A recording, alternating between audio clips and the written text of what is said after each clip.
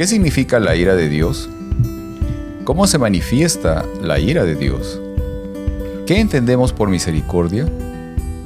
¿Has podido reconocer alguna vez que Dios es un ser compasivo? Estas son algunas de las interrogantes que hoy buscaremos despejar, así que comencemos.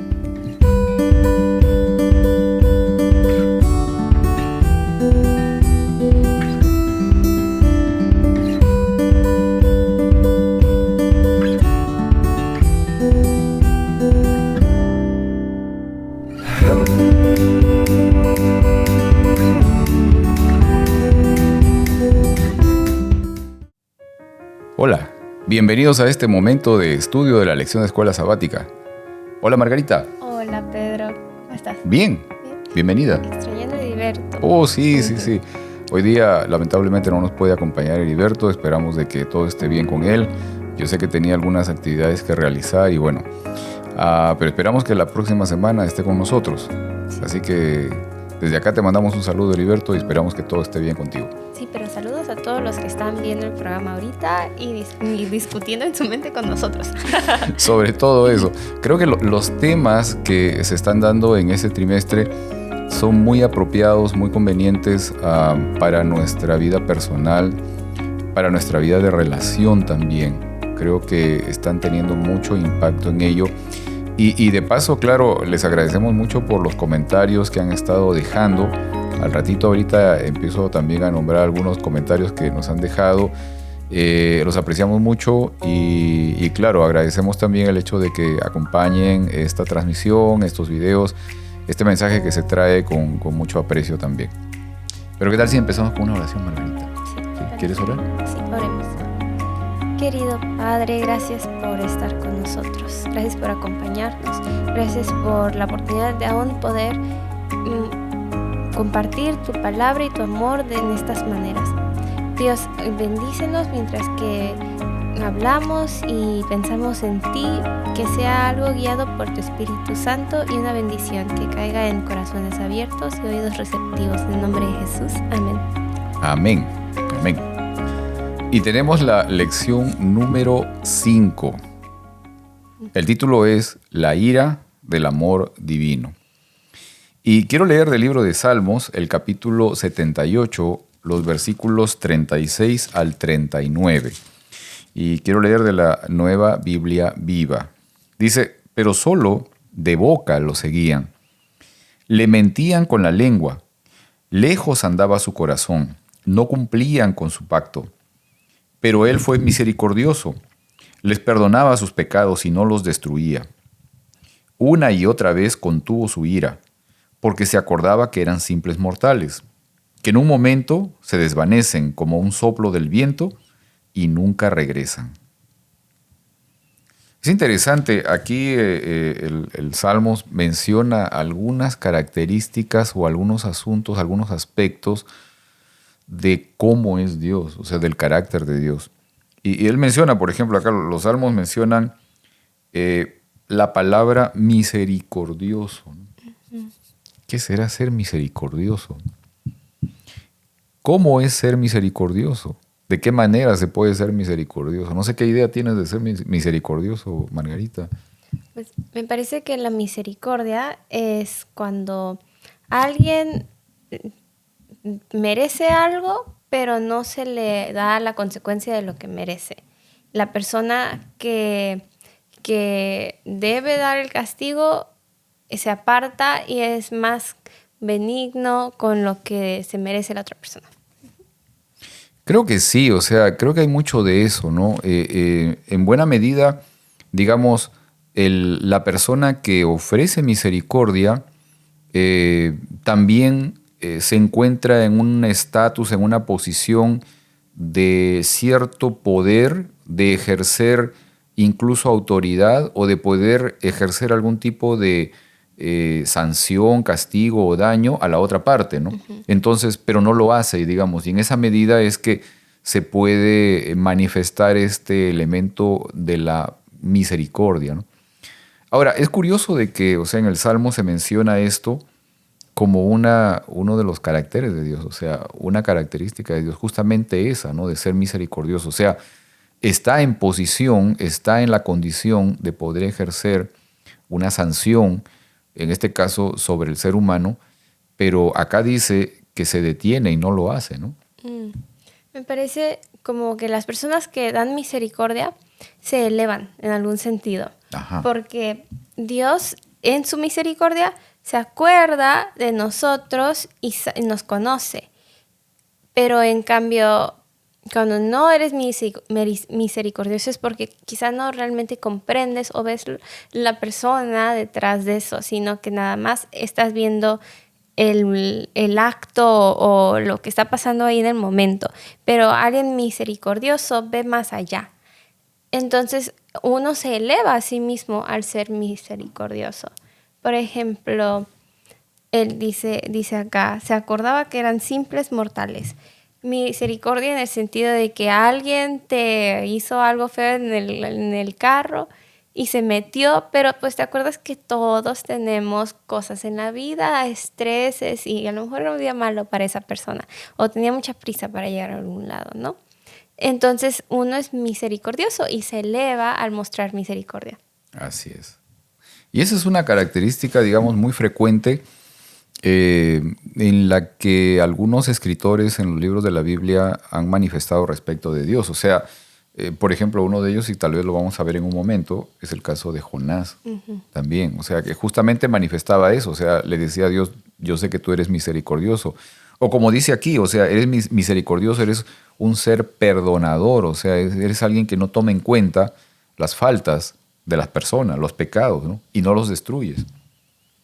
Ahora, esto me hace recordar algunas cosas que creo que son muy importantes, porque a veces encuentro un conflicto en la manera en cómo vemos a Dios, incluso los cristianos, porque es curioso que los cristianos a Dios le adjudicamos la mayor parte de las destrucciones que ha habido en la humanidad, o sea, el diluvio, Sodoma y Gomorra, o cuántas muertes, cuántas cosas, se las adjudicamos a Dios. Pero aquí dice de que Dios es un ser perdonador, que es misericordioso, que no toma en cuenta los pecados, o sea, y perdona. Eso es lo que dice aquí. Bueno, y vamos a ver, tal vez a ir avanzando un poco con esto para poder encontrar un poco de idea respecto de realmente a qué se está refiriendo. Quiero leer del libro de Salmos el capítulo 78, los versículos del 13 al 17. Déjenme leer. Sí. Salmos capítulo 78, versículos 13 al 17. Leo de la Nueva Biblia Viva. Porque Él abrió el mar ante ellos y los guió a través del mismo. Como muros a ambos lados de ellos se detuvieron las aguas. Durante el día los guió mediante una nube y durante la noche mediante una columna de fuego. En el desierto abrió las rocas para suministrarles agua en abundancia, como si brotaran de una fuente. De la roca manaron corrientes que fluyeron como un río. Pero ellos siguieron en su rebeldía, pecando contra el Altísimo en el desierto. Yo no sé si esto, digamos, es algo que solamente ocurrió en esa época, pero me da la impresión que eso es algo que viene ocurriendo constantemente con el ser humano, incluso hasta hoy, ¿no? Este tema de poder recibir y ser testigos de la, digamos, de la bendición de Dios, de la forma como Dios actúa, incluso muchas veces de forma milagrosa en nuestras vidas. Reconocerlo, ser consciente de eso, pero después de un poco de tiempo empezar a rechazar al Señor, o sea, y alejarse de Él, ¿no? Y empezar con una cuestión ahí media enredada de un ciclo, ¿no? Una ida hacia arriba y luego hacia abajo, ¿no? en la vida. Creo que, bueno, ese es un tema muy, muy complicado de poder entender, pero que sí ha estado presente, como digo, no solamente en el contexto bíblico, sino también en la parte, digamos, práctica de la vida humana. O sea, en la realidad, en nuestros días, incluso es una situación que se vive también. ¿Sí? Ahora, la lección menciona algo que me pareció interesante, que es el asunto de lo que los teólogos o los eruditos nombran el ciclo de la rebelión. ¿Ok? Y quiero, más o menos, para que ustedes también tengan una idea de todo esto, El ciclo es más o menos el siguiente. Primero, dice, el pueblo de Dios se rebela contra Dios. O pongámoslo de esta manera, el ser humano, tú, yo, cualquiera de nosotros, se rebela contra Dios y hace lo malo delante de sus ojos. Es lo que podríamos llamar como aquello que conocemos como apostasía, ¿sí? Alejarse de Dios. Luego de eso, Dios se retira en respuesta justamente a las decisiones del pueblo o a las decisiones tuyas, a las decisiones mías. Dios se aleja de uno, se separa. Y esto tiene que ver con algunos aspectos importantes de lo que Dios nos entregó, que es justamente esa capacidad, esa libertad para poder aceptarlo o rechazarlo. Y dentro de esa libertad, cuando nosotros rechazamos abiertamente a Dios, hay un ser que nos reclama. No, Él me está aceptando a mí, o sea, no te quiere a ti, me está aceptando a mí, así que tienes que entregármelo. Hay un ser que nos reclama para estar dentro de su potestad, dentro de su rango de acción.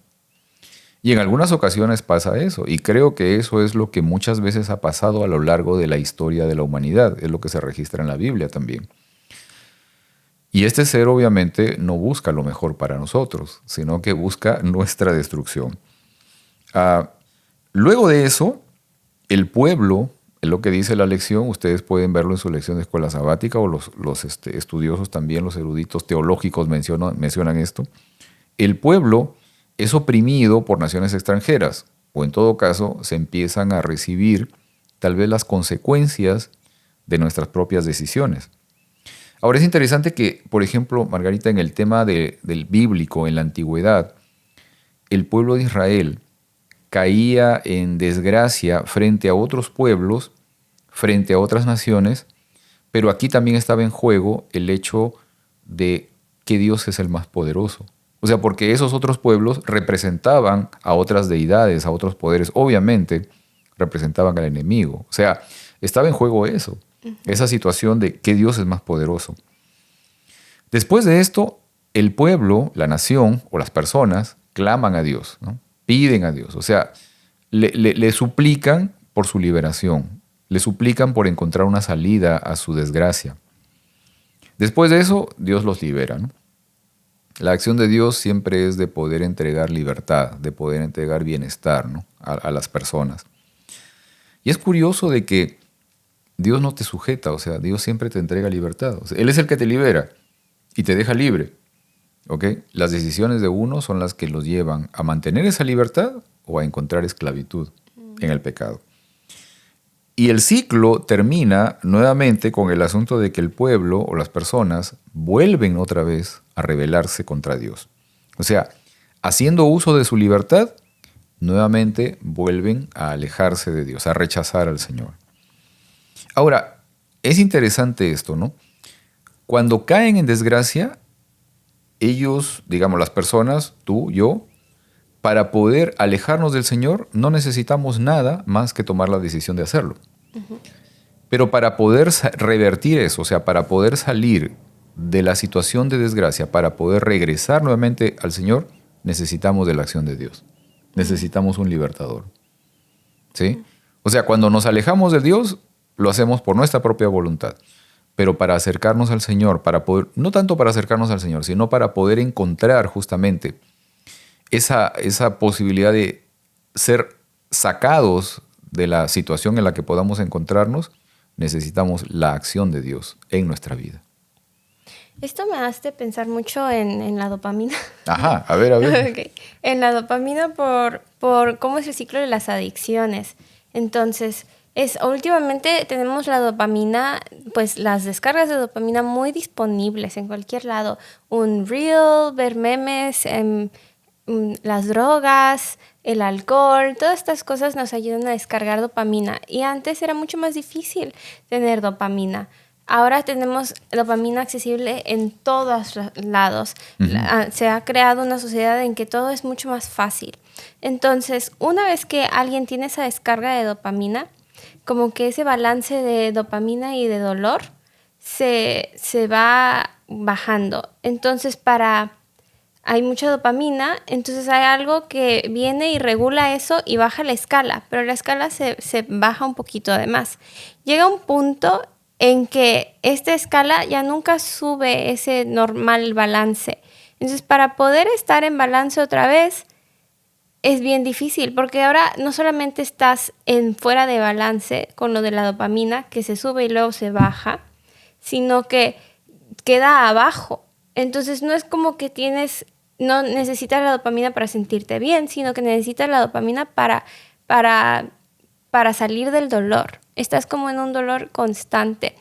Y pues todos sabemos que salir de una adicción no es fácil, es muy complicado. Ujú.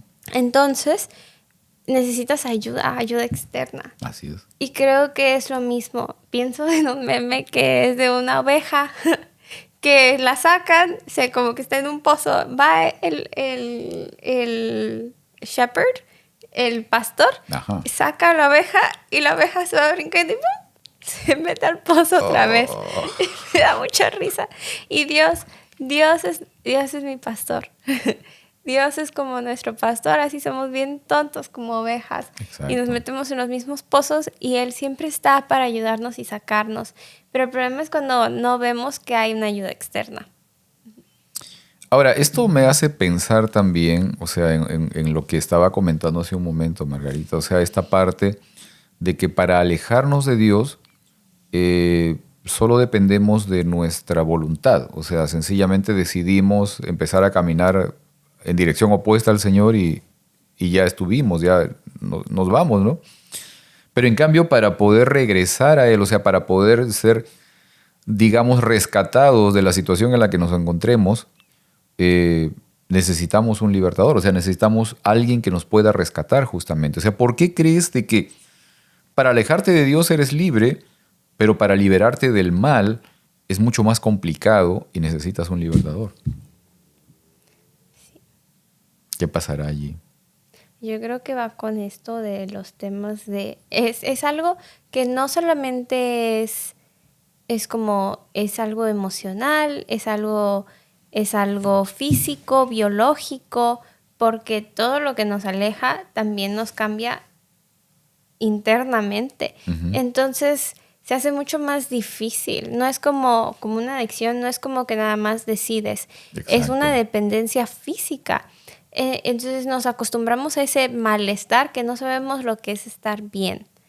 Y creo que pasa lo mismo cuando estamos en pecado o alguna otra cosa.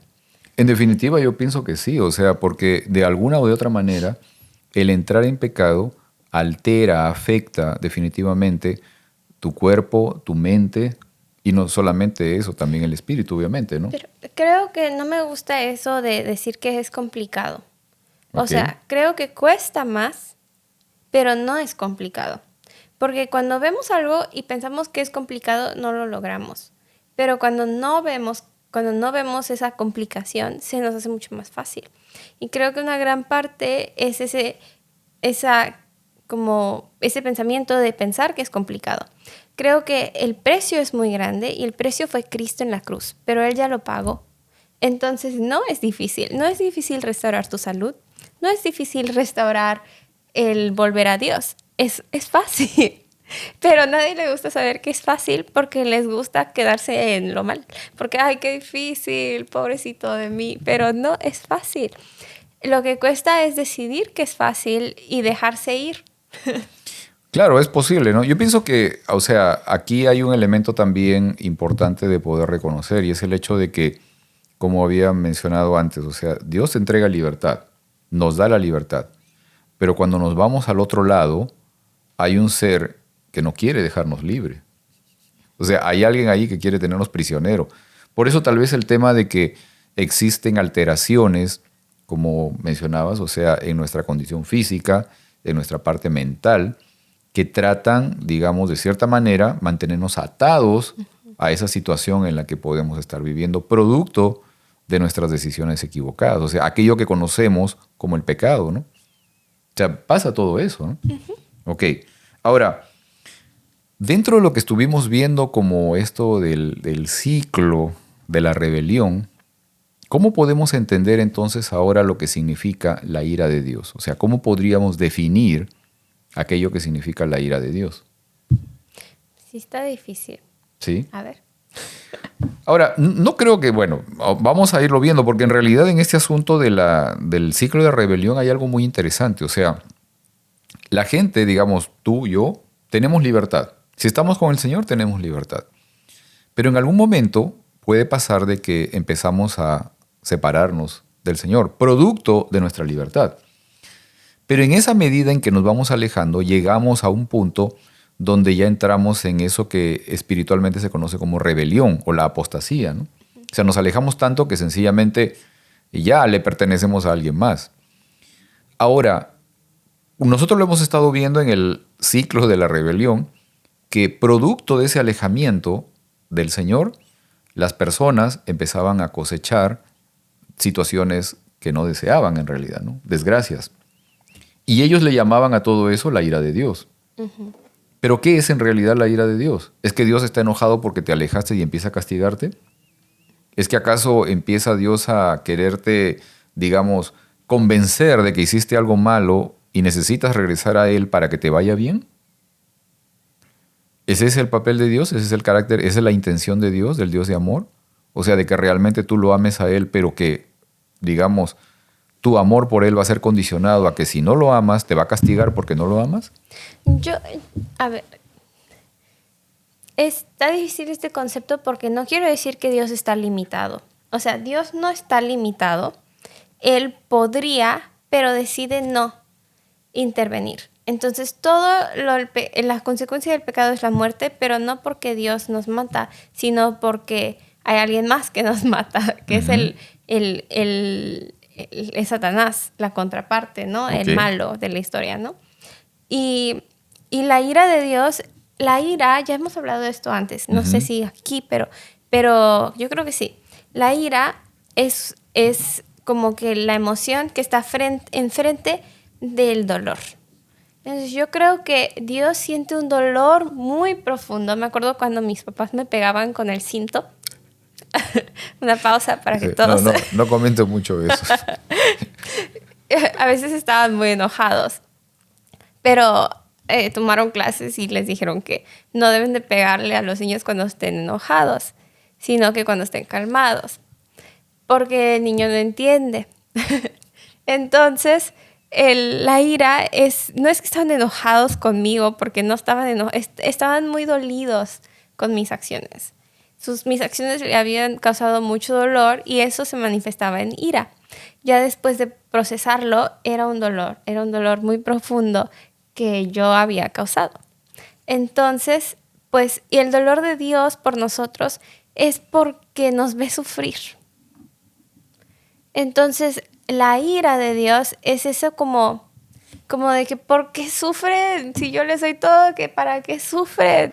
Y después, no es que se tiene que atener, pero las consecuencias es como que al final Él es justo y todo es para mostrar su justicia. Entonces, Él no va a intervenir porque ya no le queda de otra, porque si no ya no sería justo. Porque esas son las consecuencias de lo que nosotros hemos hecho. Sí, definitivo, definitivo. Y pues Satanás nada más anda ahí queriendo cobrar consecuencias. Exacto, exacto. Él nos reclama, o sea, en la medida en que nosotros nos alejamos de Dios, Él nos reclama. Fíjate, por ejemplo, en el caso de la historia de Job, que es muy interesante porque en la historia de Job, y que los antiguos israelitas la conocían, revela de manera precisa lo que pasa detrás de la cortina. O sea, eso detrás de la cámara es justamente lo que uno debería percibir para poder ver qué es lo que está pasando en realidad en nuestra vida, en la parte que nosotros no podemos ver. ¿Ok? Y en este caso, o sea, el enemigo reconoce de que Dios a cada persona le entrega o le da un cerco, ¿no? Una sombrilla de protección, de cuidado. O sea, donde el enemigo tiene una limitada posibilidad de actuar. O sea, no tiene la posibilidad de actuar si no es porque el Señor lo pueda permitir. Pero cuando nosotros de manera personal, de manera voluntaria, queremos salir de esa sombrilla, de esa protección, de ese cerco, como dice la Biblia, estamos expuestos definitivamente a la acción del enemigo. O sea, estamos expuestos a él, a que nos pueda pasar cualquier cosa. Esa es la situación. Entonces, ahora, en el caso de lo que consideramos como la ira de Dios, en realidad no estamos considerando un enojo humano, sino que lo que estamos viendo, lo que estamos entendiendo, es el hecho de que dentro de su justicia, Dios lo que hace es sencillamente permitir que nosotros podamos recibir aquello que estamos queriendo, aquello que estamos pidiendo, aquello por lo cual estamos reclamando, que es el hecho de no estar con Dios, o sea, alejarnos de Él completamente.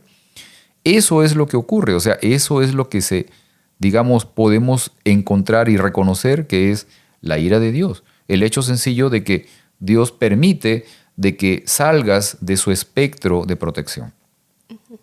¿Sí? Es eso básicamente. Y que obviamente, producto de nuestra propia decisión, encontremos del otro lado un ser que nunca busca nuestro bien.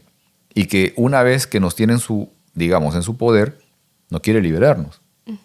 Y se nos hace mucho más difícil el poder encontrar libertad de allí. ¿Ok? Una pregunta que creo que en parte la habíamos hecho antes, que nuevamente cae aquí en este punto, ¿no? ¿Tiene Dios alguna responsabilidad de las consecuencias del pecado al otorgarnos libertad para rechazarlo a Él? O sea, porque Dios nos entrega el libre albedrío, pero entonces, al entregarnos Dios el libre albedrío, ¿tiene Dios alguna responsabilidad en las consecuencias del pecado, que significa rechazarlo a Él, o sea, alejarnos de Él, que es una manera de ver a Dios de forma alterada, ¿no? O sea, ¿tiene Dios responsabilidad también en eso? O sea, si Él nada más nos hubiese puesto aquí, plum, y ya, entonces sí sería mala onda que no nos cuidara si nos vamos, nos extraviamos. Pero Él nos da libre albedrío, pero también nos da un instructivo. O sea, no es como que nada más, boom, nos creó y nos dejó. O sea, dirías, pues tú nos creaste, o sea, mínimo que nos cuide, ¿no? Pero sí nos cuida. Nos dio los 10 mandamientos, nos dio todas las historias, nosotros tenemos la Biblia. A Adán y Eva platicaba con ellos, les contaba todo, o sea, sí nos dio. Entonces ya después, o sea, sin advertencia, puede ser, pero estamos muy advertidos, entonces pues ahí ya queden en nosotros. Pero por eso es misericordioso, porque aún así nos rescata. Claro. Creo que en parte lo habíamos visto antes, o sea, esta parte de si tiene alguna responsabilidad Dios, y en realidad no, o sea, porque, digamos, Él nos entrega libertad, pero por el mismo hecho de que no quiere que seamos seres dirigidos, ¿no? O sea, seres que no tengamos otra opción, sino solamente seguirlo a Él. Y eso obviamente sale completamente de lo que es el carácter de Dios, que es un Dios de amor. Para que exista realmente amor, verdadero amor, tiene que haber libertad. Y en esa libertad existe el riesgo, como en este caso, como lo es en el caso de la humanidad, de que podamos entrar en esa situación de rechazar al Señor, ¿no? De rechazarlo a Él. Y de poder entrar bajo el espectro de dominio de otro ser, que obviamente es contrario a Él, ¿no? ¿Ok? Ahora, vamos a seguir viendo un poco luego esa parte, pero antes quiero leer del libro de Jonás, el capítulo 4, los versículos del 1 al 4. Y leo de la Nueva Traducción Viviente. Este cambio de planes molestó mucho a Jonás y se enfureció. Entonces le reclamó al Señor: Señor, ¿no te dije antes de salir de casa que tú harías precisamente esto? Por eso huí a Tarsis. Sabía que tú eres un Dios misericordioso y compasivo, lento para enojarte y lleno de amor inagotable. Estás dispuesto a perdonar y no destruir a la gente.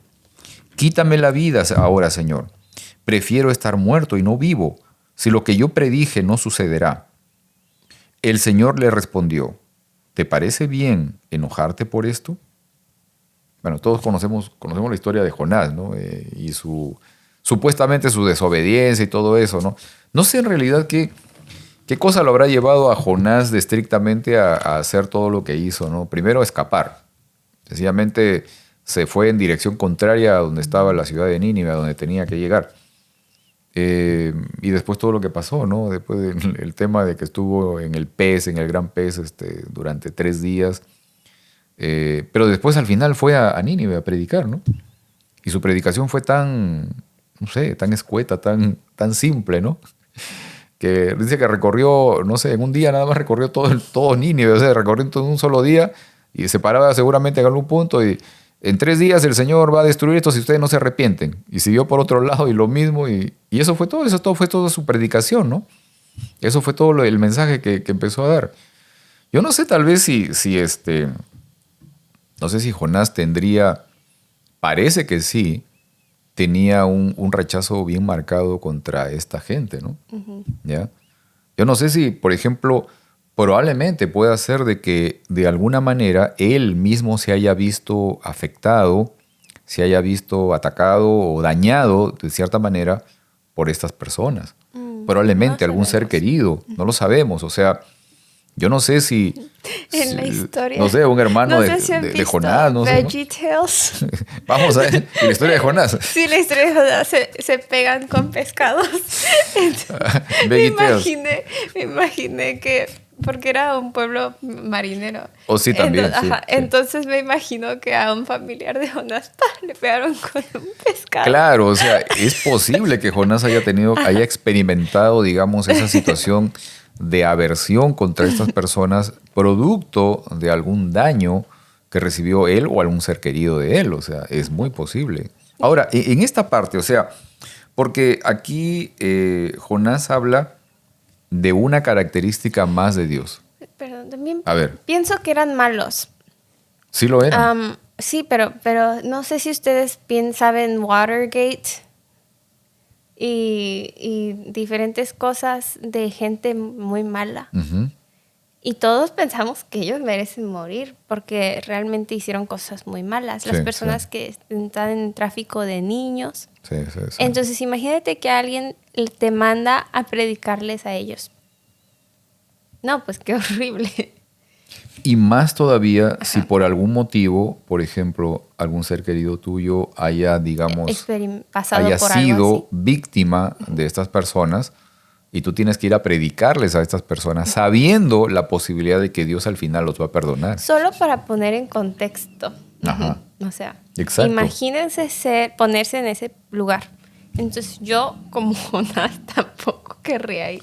Obviamente. Alguna situación difícil. O sea, uno a veces lo ve así como que, no, qué desobediente Jonás, cómo es que no hizo esto y se fue por otro lado y todo lo demás. Pero en realidad es muy posible que haya tenido razones, por lo menos personales, humanas, muy, muy fuertes para negarse o por lo menos escapar en algún momento. Y después de eso, todavía enojarse por el hecho de que al final sí, Dios perdonó a este pueblo, o sea, sí los perdonó. Y él dijo, yo sabía que tú ibas a hacer eso, o sea, por eso me enojo, porque sabía que ibas a hacer esto, ¿no? De perdonarlos. Ahora, Jonás menciona otra característica de Dios que es el ser compasivo. Ser compasivo, ¿no? ¿Qué será ser compasivo? Margarita, ¿qué entendemos por ser compasivo, no? Hay un versículo que dice que el amor lo cubre todo, Uh-huh. ¿no? Entonces, creo que ser compasivo es... a mí me cuesta mucho. Vino tal persona, vio la basura, no recogió la basura. ¿Qué le costaba recoger la basura? Entonces, ser compasivo es agarrar la basura y tirarla. O sea, tener compasión con la persona. Quizá no se fijó, quizá no sé, darle el beneficio de la duda. Y para nosotros es duda, pero para Dios es que nos entiende. O sea, es con pasión, o sea, sentir con nosotros. Entonces ve nuestra dificultad, ve que fue compasivo con Jonás. Uh-huh. Lo pudo haber dejado que se muriera, pero no, se lo trajo una ballena y lo llevó ahí donde tenía que llevarlo. Eso fue muy compasivo. Vio la lucha interna que estaba teniendo Jonás, entendió y de todo le dio vida. Claro. Fíjate que lo que, digamos, implica la compasión Implica una parte previa que es muy importante, Margarita, que es el hecho de poder tener la capacidad de identificar la necesidad que pueda llegar a tener una persona, ¿no?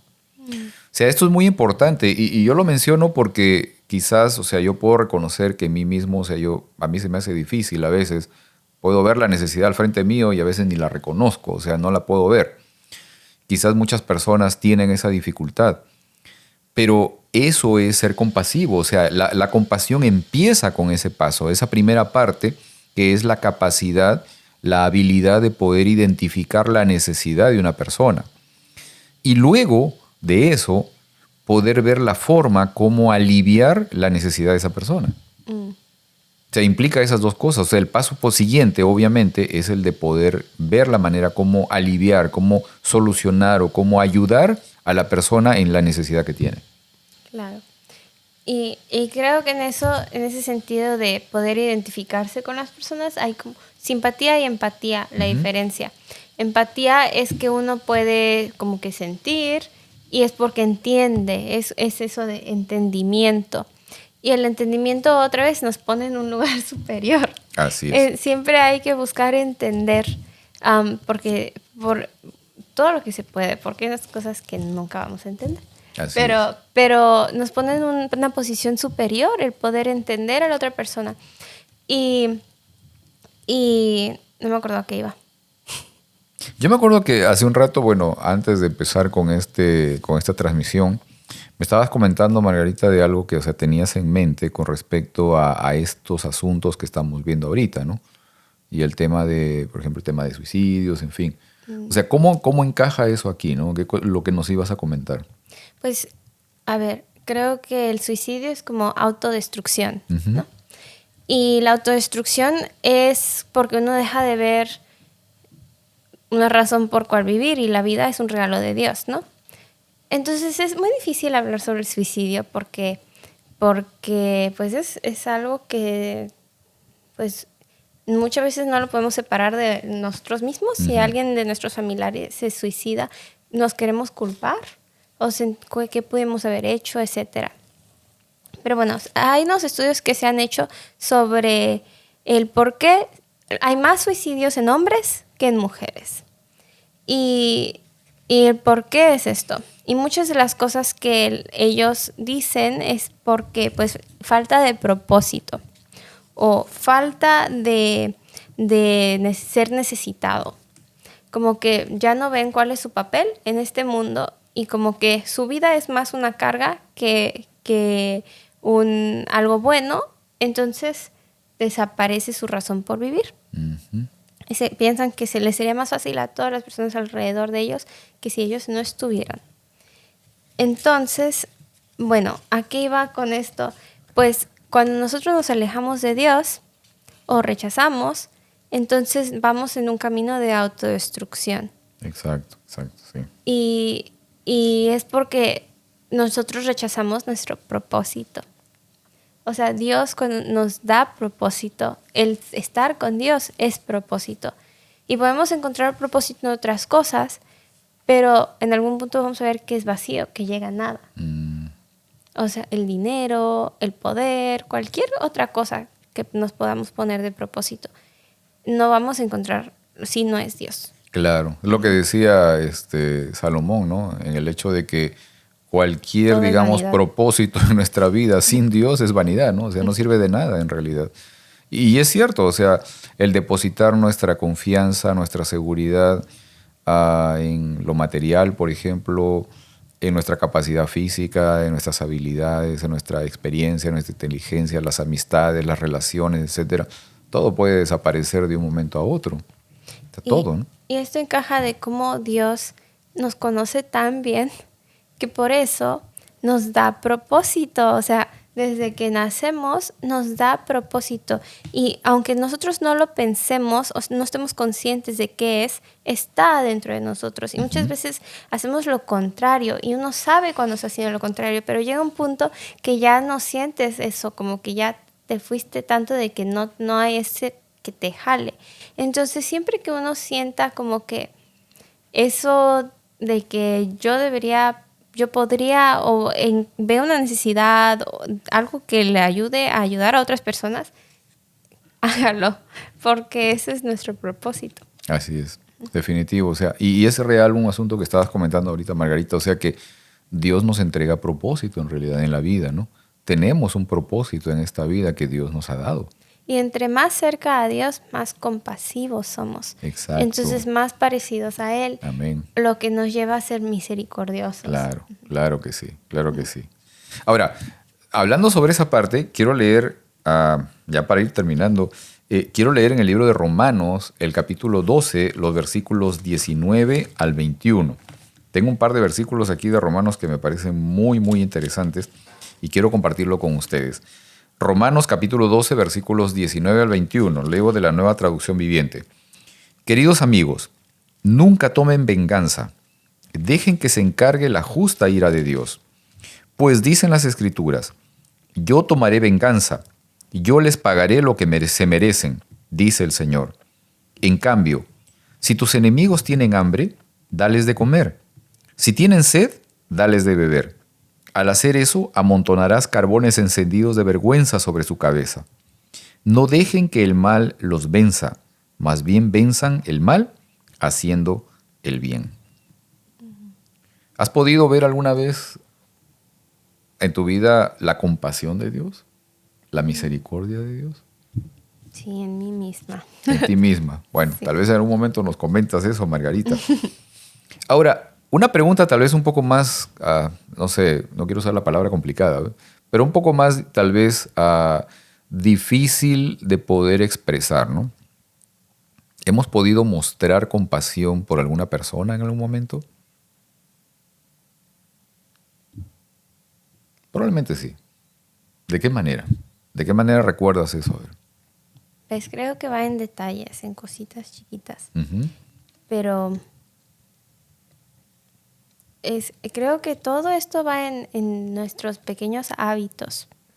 Creo que, por ejemplo, mi mamá es compasiva cuando sabe que, o sea, toma agua en la mañana y deja un vaso lleno al lado porque piensa en la otra persona. Ajá. Y pues es más fácil llegar y no más tomarte el agua. Entonces eso es compasión. Ok. Es cositas chiquitas.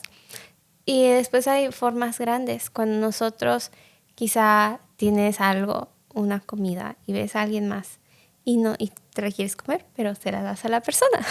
Entonces eso ya es un poquito más de sacrificio. O sea, Ujú, cuesta un poco ujú. más. Y todo lo que quizá nos lleve a quitar de nosotros mismos, dar el diezmo y dar ofrenda. Claro, claro. Eso también es ser compasivo. Amén, amén. Dar de uno en realidad. Dar de uno para los demás.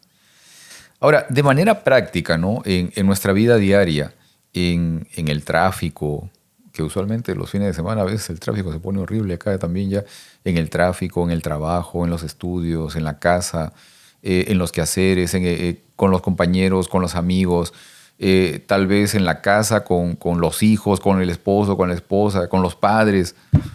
¿Cómo podemos entender qué significado le encontramos a esta expresión que decía justamente Pablo, ¿no? No dejen que el mal los venza, más bien venzan el mal haciendo el bien. La semana pasada en el grupo pequeño estábamos hablando sobre cuando venga Jesús la segunda vez y los malos cómo se van a morir.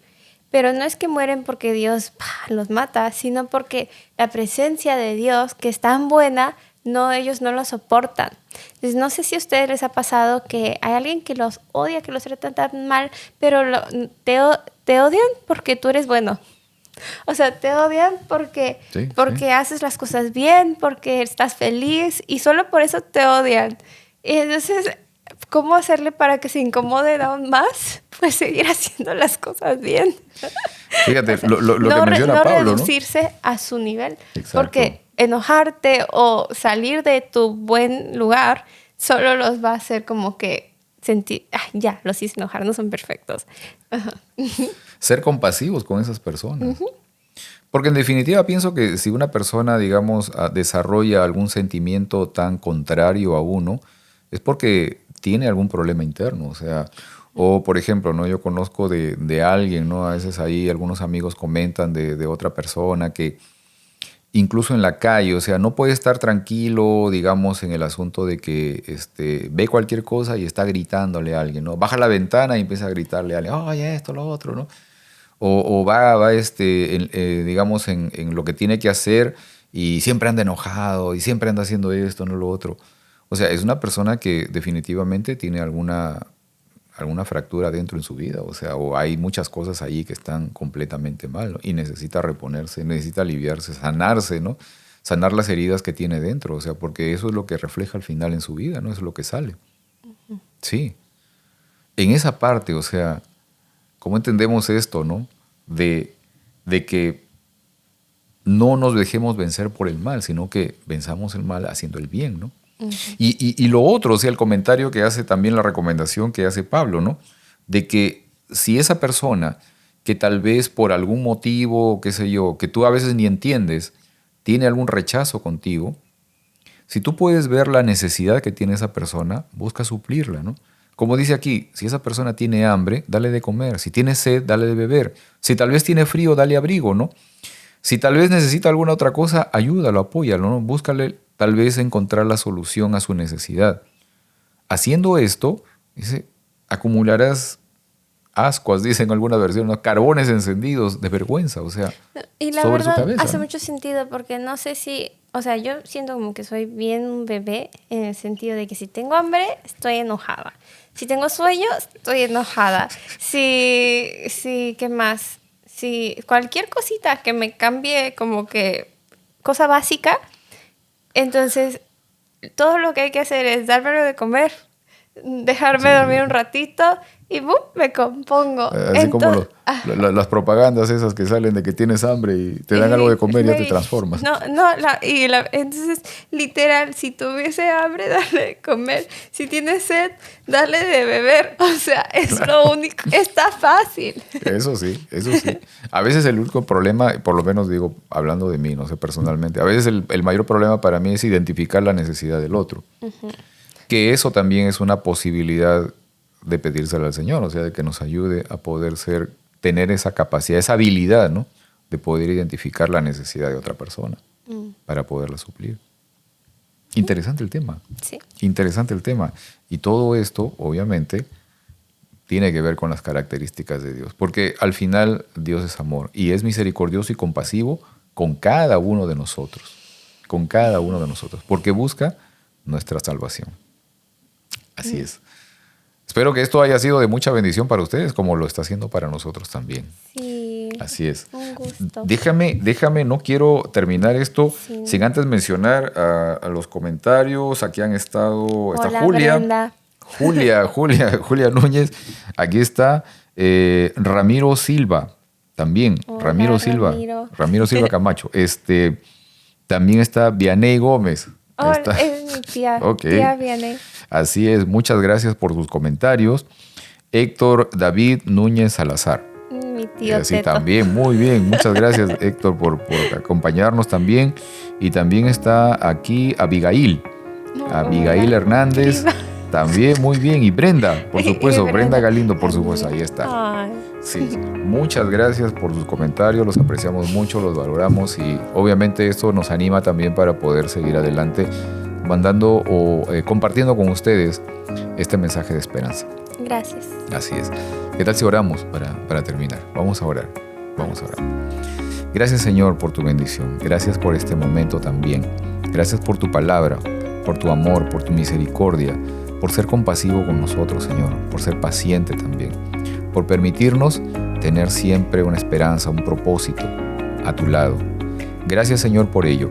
Bendice a nuestros amigos también que nos acompañan a través de esta transmisión, que sus vidas puedan ser tocadas por ti cada día y que cada uno de ellos pueda sentir, Señor, el propósito que tú tienes para ellos al permitirles tener el aliento de vida que tú nos das. Bendícenos también acá, permítenos seguir adelante con este ministerio, Señor. Fortalece nuestras vidas y acompáñanos también. Te lo pedimos por Cristo Jesús. Amén. Muy bien. Nos vemos entonces la próxima semana, Margarita. ¿Nos vemos? Sí, nos vemos la próxima semana, amigos. Hasta luego.